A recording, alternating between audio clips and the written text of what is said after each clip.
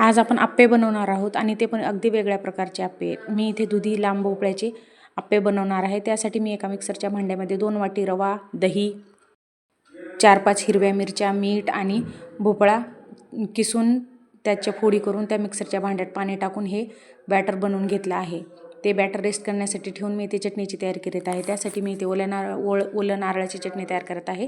त्यासाठी ओला नारळ, कढीपत्ता, कोथिंबीर, आलं, लसण, मीठ घालून मी इथे चटणी बनवून घेतली आहे। त्या चटणीला मी लाल मिरचीचा तडका पण दिला आहे। ही झाली आपली आप्यासोबत खाण्यासाठी चटणी तयार। आणि हे सगळं बॅटर एकजीव करून त्यात मी थोडासा इनो घातले आहे। इनोचं प्रमाण अगदी कमीच ठेवा। आणि हे सर्व एकजीव करून आपण आप्पे पॅनमध्ये थोडं थोडं तेल टाकून आप्पे बनवून घेणार आहोत। आप्पे एक साईडनं भाजले की दुसऱ्या साईडनं पलटून व्यवस्थित भाजून घ्यावेत। असे आप्पे तयार होतात। चॅनलला लाईक, शेअर, सबस्क्राईब करायला विसरू नका।